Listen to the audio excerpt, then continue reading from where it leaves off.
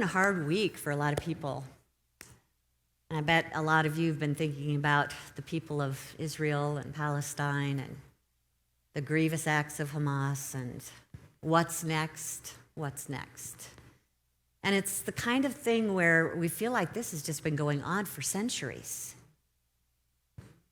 One step forward, two steps back. Is it ever going to change? Is it ever going to heal? Is there ever going to be peace? I was listening to one of the news stories on the radio, and I just heard one man cry out, "Our grandfathers were going through this. They told us these stories, and here we are going through it again."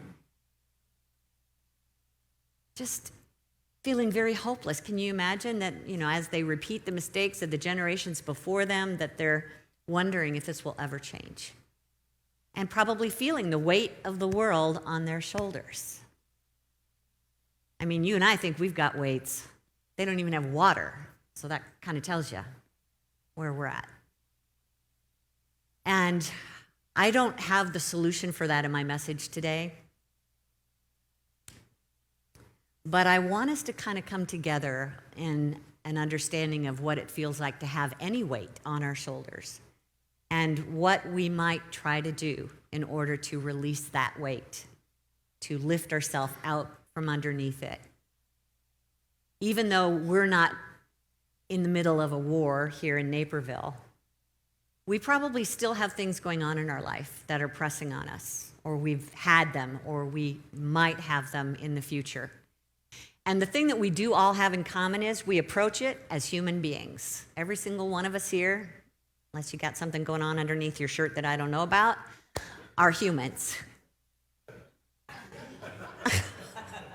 That was kind of weird, sorry.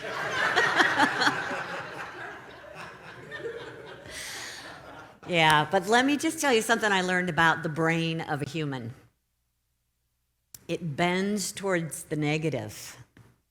The brain bends towards the negative. Let me share a couple quotes to you to explain this from Brenda R. Smith. The human brain has a natural tendency to give weight to negative experiences or interactions more than positive ones.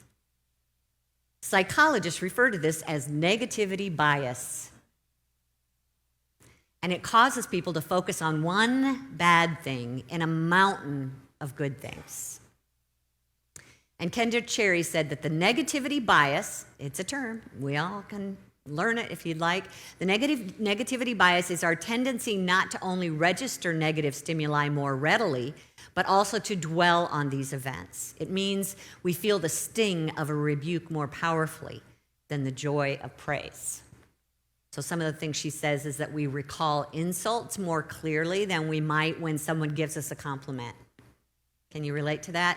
That we react more strongly to negative stimuli than positive, that we think about negative things more frequently than we do positive ones, because the brain was built to bend towards the negative.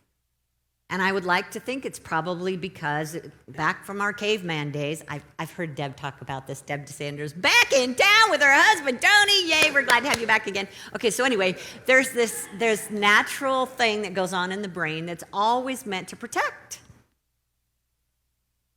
And part of that is watching out for what might happen to us. So this worry thing is very common for us, and we don't focus easily on solutions as much as we can focus on what's going wrong, what we don't like, what we're afraid might happen, what we don't want to have happen, what's not working. We're really experts at that. That worry is natural for the human being to express because it's interpreting life only through its 5 physical senses. We call that sense consciousness in Unity, sense consciousness, where we often feel like there's no way out from these troubles. And when we get to the point where we start to feel that heaviness, we try and pass it off on somebody else. We blame them for it. We hand over the problem and let them deal with it. We try to disengage ourselves, but that usually doesn't help either. So this heaviness just starts to get heavier. It's a gradual thing. It's not like we feel the weight of the world every morning when we wake up. But if we don't catch ourselves in it, it will start to weigh us down. And we're being asked to wake up to that and notice. Something that I find uplifting is what Carl Sagan's point of view is about human beings. He was an astronomer, a professor, an author. He may not classify himself as a philosopher, but I actually would like to share this quick video clip from him where he's talking about where humans are going and what we might expect from human beings in 100 years and 1,000 years. So let's take a quick listen to what he has to say. It will not be we who reach Alpha Centauri and the other nearby stars. It will be a species very like us, but with more of our strengths and fewer of our weaknesses. More confident, far-seeing, capable, and prudent. For all our failings, despite our limitations and fallibilities, we humans are capable of greatness. What new wonders undreamt of in our time will we have wrought in another generation and another? How far will our nomadic species have wandered by the end of the next century and the next millennium? Our remote descendants, safely arrayed on many worlds through the solar system and beyond, will be unified by their common heritage, by their regard for their home planet, and by the knowledge that whatever other life may be, the only humans in all the universe come from Earth. They will gaze up and strain to find the blue dot in their skies. They will marvel at how vulnerable the repository of all our potential once was, how perilous our infancy, how humble our beginnings, how many rivers we had to cross before we found our way. Good. That sounds hopeful, right? The thing that's interesting about Carl Sagan is that he didn't tie that to anything beyond the human being. He just talked about what our human potential is. And as much as I agree in how he described our potential, I would actually tie it to the fact that we're spiritual beings. That if you leave the human being to evolve on its own without our spirit, I don't think we're going to get very far. But the good news is that we are spirit living in a human body that has a brain and an ego, and our whole goal here is about trying to get the ego, the human, to follow spirit. And we use a metaphysical principle to do that called pivotal consciousness, and that's what I want us to focus on today. Pivotal consciousness. It's a power. It's a conscious choice. And once you understand it, there is great hope for where you can go in this human experience. So pivotal consciousness is described, or it's based on a couple important things. Let me share with you from Emily Cady. She's written Lessons in Truth, one of our New Thought kind of primers. She said the source with the capital S of all knowledge, the very spirit of truth, is lying latent within each one of us, waiting to be called on to teach us the truth about all things. And then Paul Hesselbeck put together the Heart-Centered Metaphysics textbook for us, and he said that the source, capital S, of all wisdom is within the spectrum of your own consciousness. We each partake of the one mind to the degree of our current capacity. That's huge. Look at that again. There is a spectrum of consciousness because there's only one omniscience, one mind. Not only in the physical universe, but the spiritual universe and anything that we can and cannot conceive of. One mind holds it all together. And as Paul wrote, that information, that intelligence is within the spectrum of your own consciousness. Now, if you really get that, your brain should be exploding right now. to think that the mind that is not only creating something as grand as our physical universe, but holding it all together from moment to moment is within our reach, that we can tap into it, that we can open up our thoughts to its thoughts. That is the Christ consciousness, the super consciousness, the one mind of God that we talk about. And the thing he said there, that he said at the last sentence, he said, we each partake of the one mind to the degree of our current capacity. So what determines that capacity? Our ability to use pivotal consciousness, our ability to move in our thoughts. And here's how our co-founder of Unity, Charles Fillmore, describes it. Ideas are hinged. They swing in and they swing out. An idea that swings in has a mission. It's of spirit and has power to do far beyond an idea that swings out and dissipates its forces in the whirl of the periphery. Do you know that spell check thinks that periphery is not a word? So this was written about 100 years ago. So the idea is there's ideas that swing out. Basically, when we have a thought, we can either go out to the outer world to support it, to explain it, to fight against it. But whatever it is when you're going outward is going to be based on that sense consciousness. That means it's limited to whatever you can do with your physicality. It's limited to the amount of education that you've stuffed in your brain and the amount of money you have in the bank and the strength of your physical body or your age. And we all know that those things are limited. They're temporary. That's one way to look at things, swing those ideas outward. So for instance, when we're talking about the financial arena, when we think that our salary that we have negotiated with our employer is our provision and it's all that we can make, that's the only place that we're going to get money from, that means that we have swung outward in consciousness. We look at the world out here as our provision. And we look at our retirement fund and say, I can't live any longer than this retirement fund lasts, because otherwise, what will I have to live on? We know what it means to be temporary when it comes to money. And that's because our conscious is pivoting outward and depending on the physical to supply for us. Or we can turn inward in consciousness.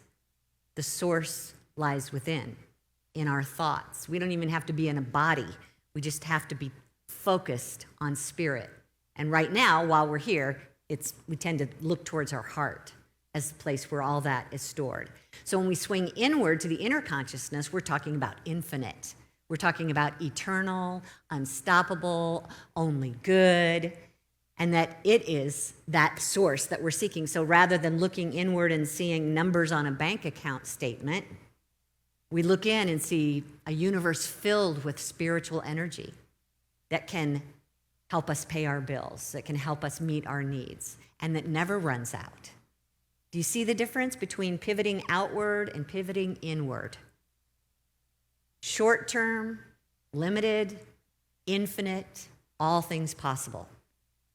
And it's important that we do that, turn inward, because as we turn, whichever way we turn, we attract.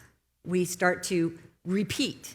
We focus our thoughts until we start to feel the joy of them or the terror of them, till we create a belief that is strong enough to begin to repeat in our life experience that same idea. So when we swing outward in regards to our physical being, health issues, we're probably going to swing towards a doctor or some medicine or some kind of treatment, therapy, which again can work sometimes and not others, or may last a little while before it runs out. It's temporary, it's a Band-Aid kind of thing. Swinging our consciousness outward and looking at what's available to us out here doesn't have the power to heal like it does when we swing our thoughts inward to the very source of life itself, to the very power of life and the activity in every cell that begins in the eternal, the spiritual. When we look within ourselves and remember that this body got framed by a vision in the mind of God, that the intelligence of God is guiding every cell when we allow it, then we have the potential to live from our natural state of well-being. So what do we want? Temporary Band-Aid. And I'm not saying don't go to the doctor. Absolutely go where your faith is. But maybe it's both and in that case. That you look outside, you get the immediate help that you need, and then you come back in and you remember what can really help to flesh out that life experience in the body. It's both and. And there's actually a really good example of this metaphysically in the Bible. Jesus has come to visit his friends Mary and Martha, and they're hosting him in their home to invite people to come and hear him speak. And while he's there, the natural thing for the woman of the house to do is to serve everyone who comes, to make the preparations, make sure they've got food, that they're comfortable. And so Mary and Martha, sisters hosting, they should be the ones doing that. So Martha she's busy in the kitchen, I'm sure, if there is a kitchen. And she looks over across the room and sees that her sister Mary is just sitting at the feet of Jesus listening to him. And of course, she's unhappy about that. So much so that she cries out to Jesus and says, "Hey, look at Mary. You need to tell her to get in here and help me." And this comes from the book of Luke.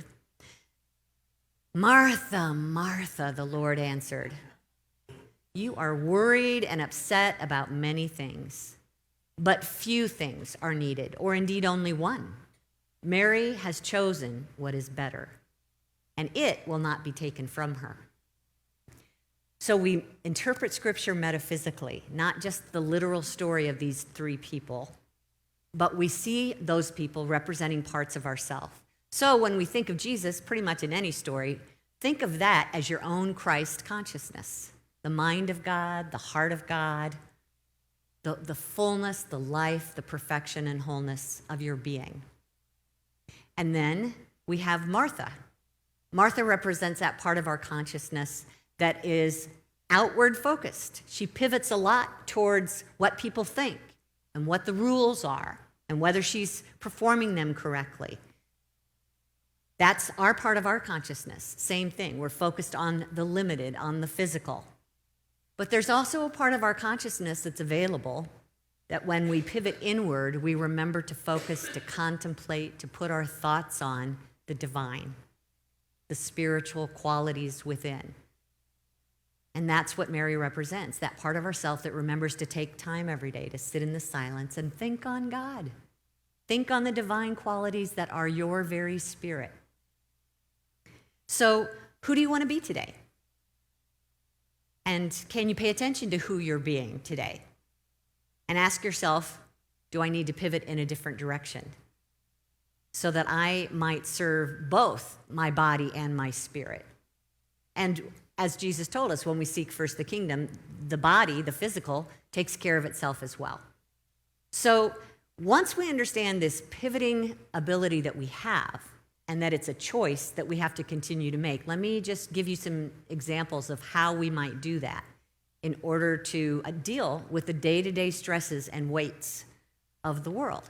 And we want to start by not denying, we're going to have a list up here, so not denying the circumstances as we see them. We just don't get caught up in them. We don't let them bury us. They don't give them the power. We tend to dwell, we tend to talk about, we tend to complain about, we tend to find other people who have the same problems and talk about that.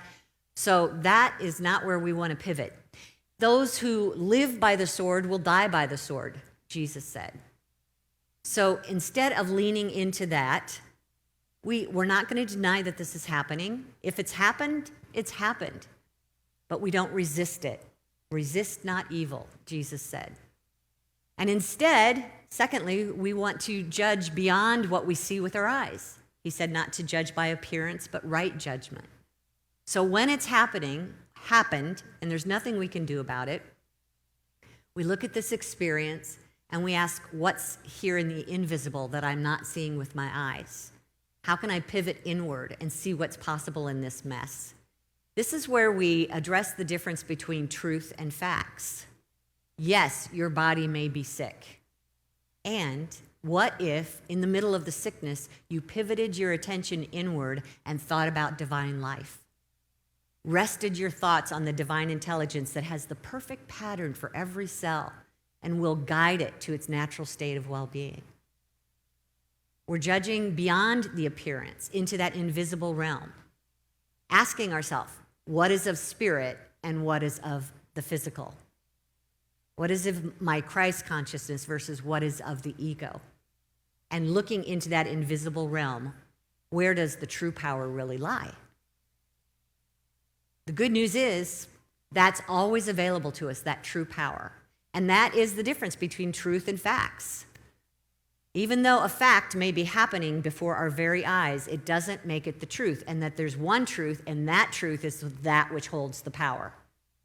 Unless we won't look at the truth, unless we're caught up in the error thinking. So another practice here then is to ask ourselves, do I want to get stuck in the what if, or do I want to focus on the what is? When we start our thought with what if, it's generally followed by some kind of fear, right?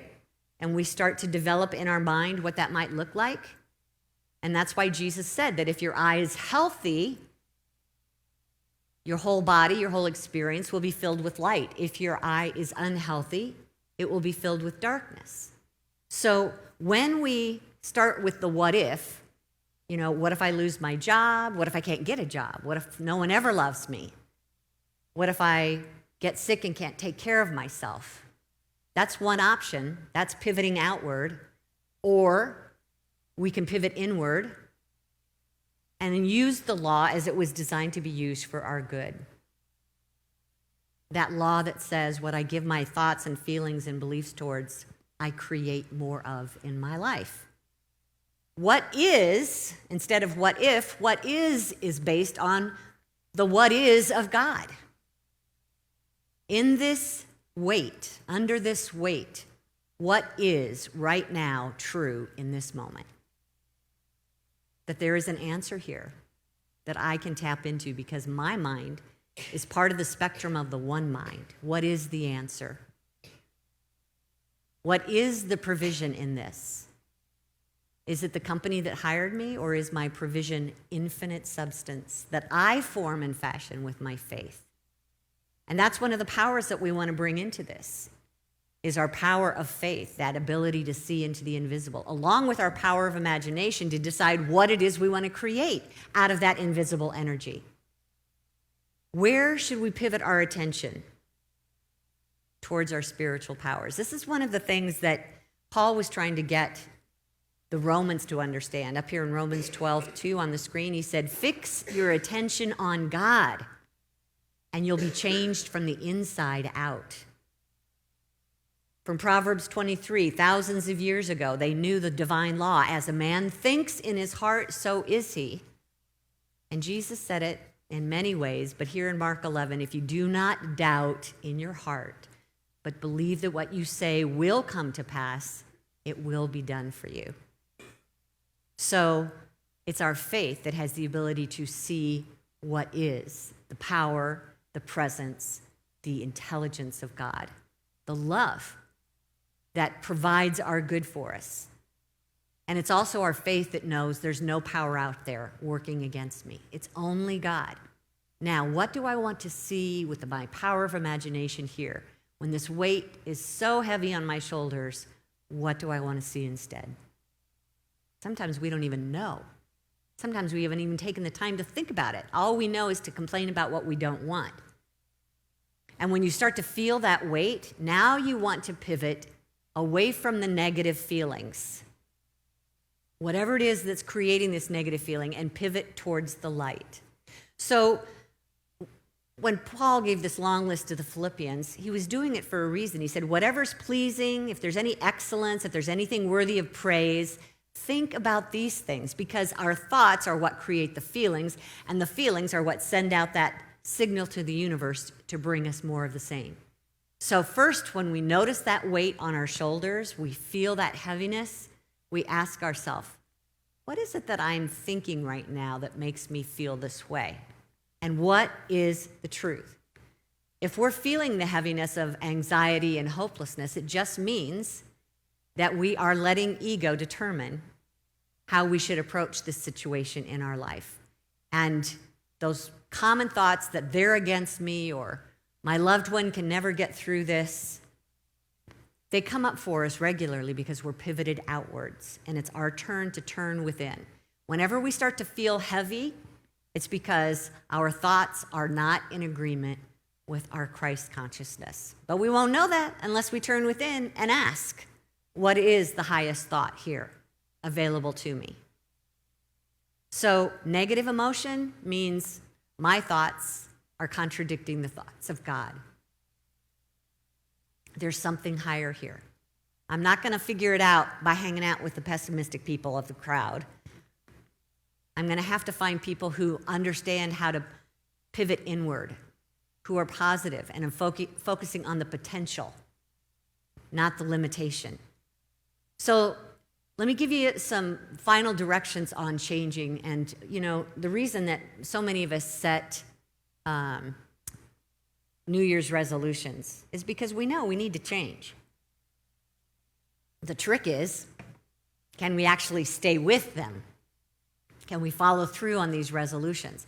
So let me just offer you a few suggestions that perhaps we go from pivoting from the critical attitude to the complimentary. Think about how often you criticize someone or something compared to the number of times that you compliment someone. That's a pivot that we might want to give more time to. Pivot away from, what's in it for me, to, how can I help? It's a natural thing for the ego to focus on self-centeredness. What is it that I can do to help somebody else?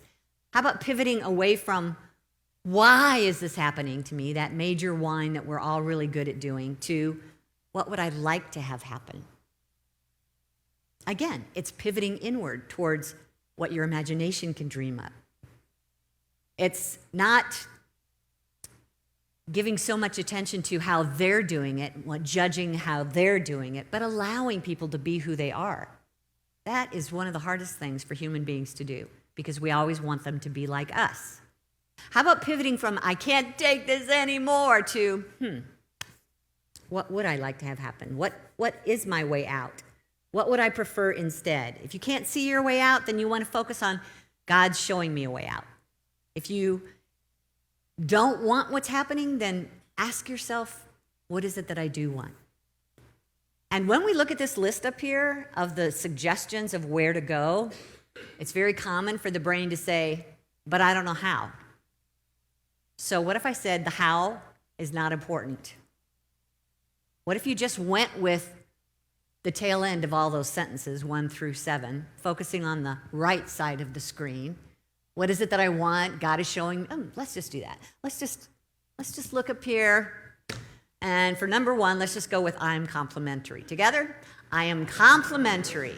How can I help?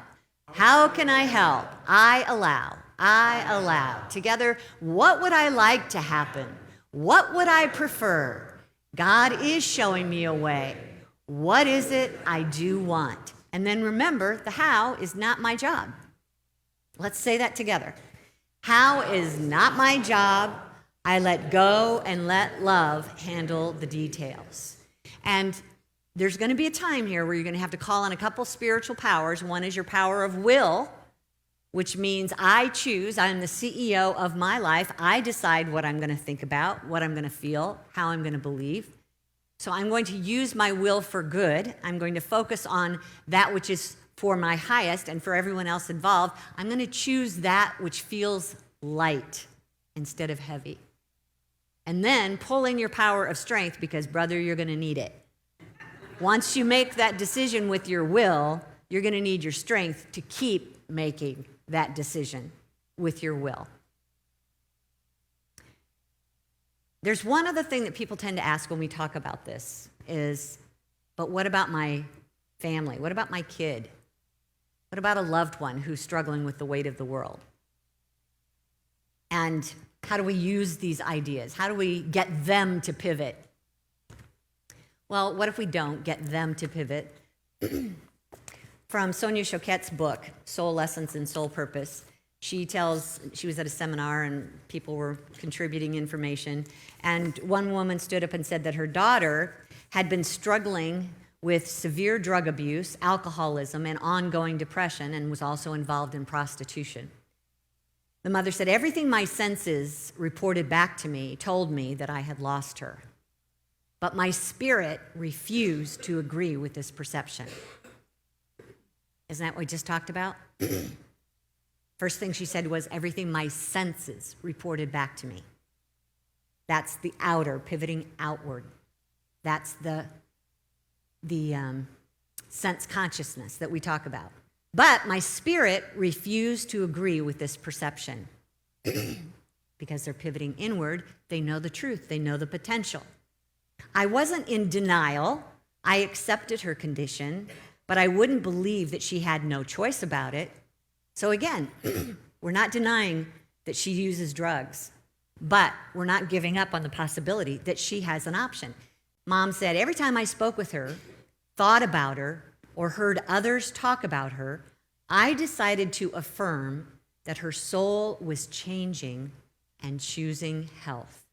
I focused on her reversing her dependencies and connecting to her Creator for security, instead of relying on drugs and other destructive habits.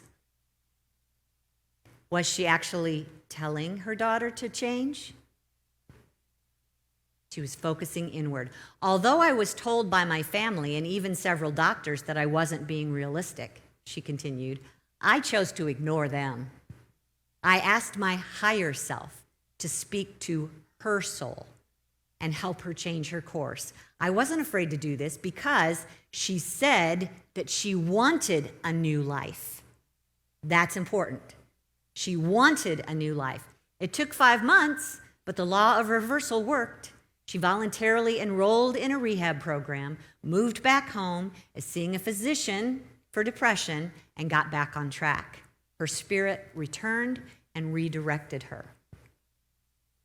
So keep in mind, there's a supreme law of free will in this universe, and we will never be able to dominate someone else's will. The best that we can do is hold in our own consciousness, pivot inward, see their own higher self, know the fullness, the glory, the life, the joy, the health and well-being of their higher self, and allow your higher self and their higher self to communicate.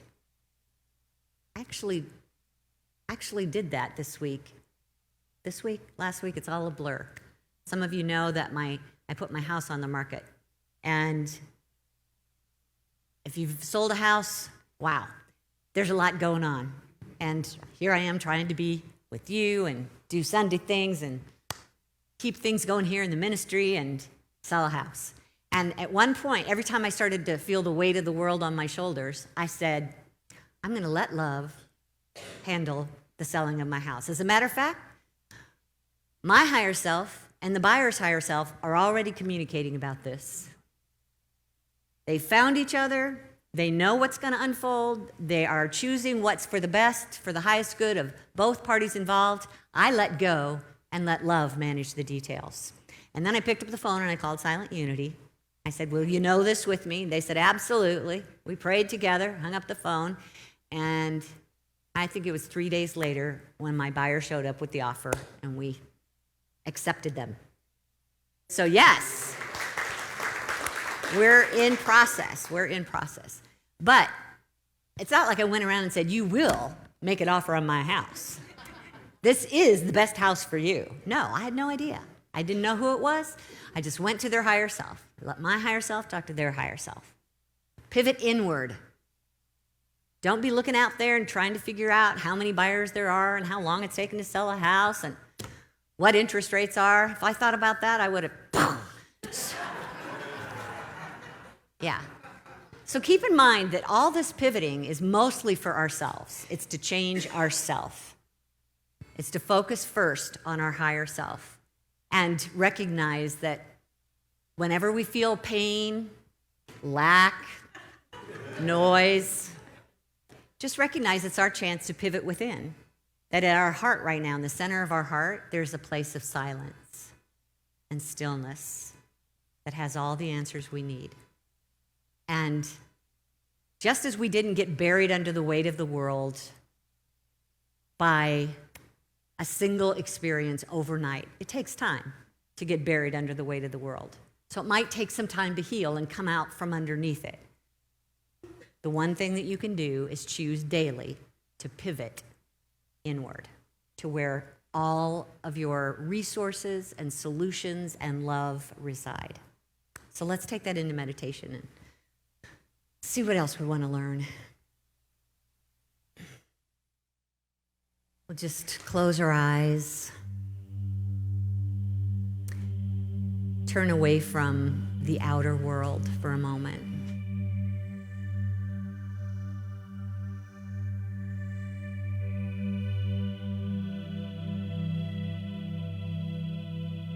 Let your breath draw you inward.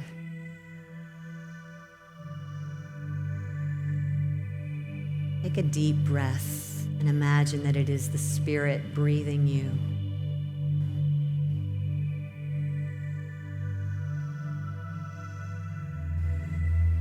And release. We are breathing in light and releasing the weight of the world.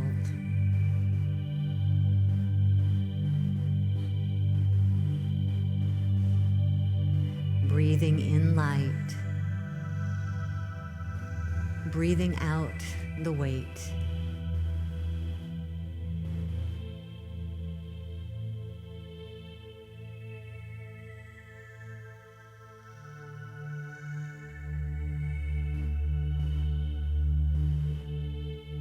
Breathing in peace.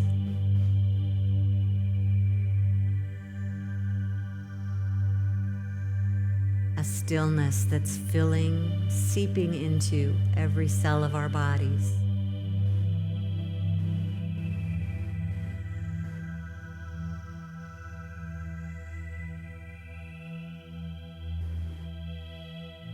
Relaxing in knowing that the only power working in our lives is the love of God.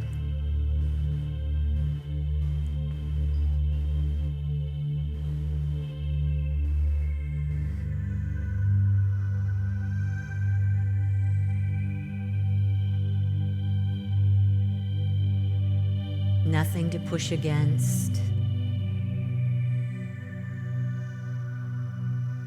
and no one to fear.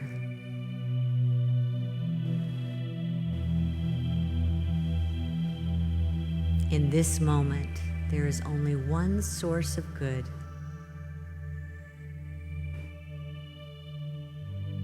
Never depleted, always available.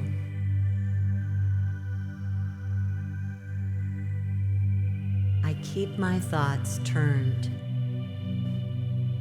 to that inner source of light.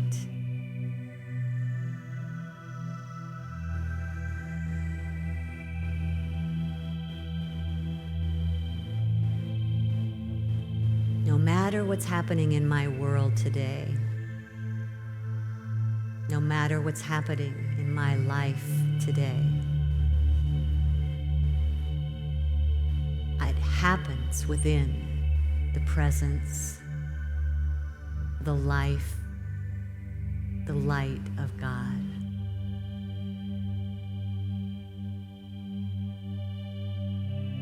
I free that light to shine as I look at that light within.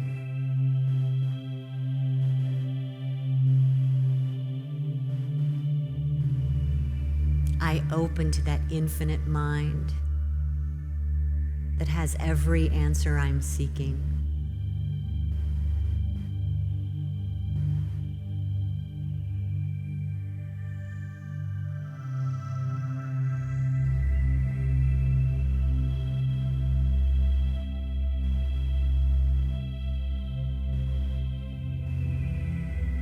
feel the presence of that love within me, whose power it is to work all things together for good. I let go and let love handle the details of my life.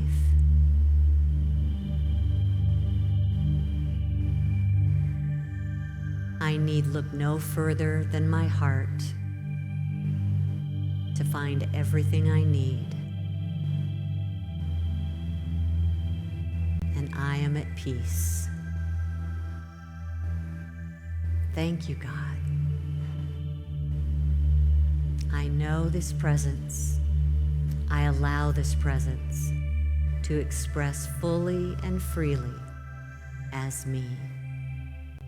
This is the truth of my being, and now I let it be. Amen.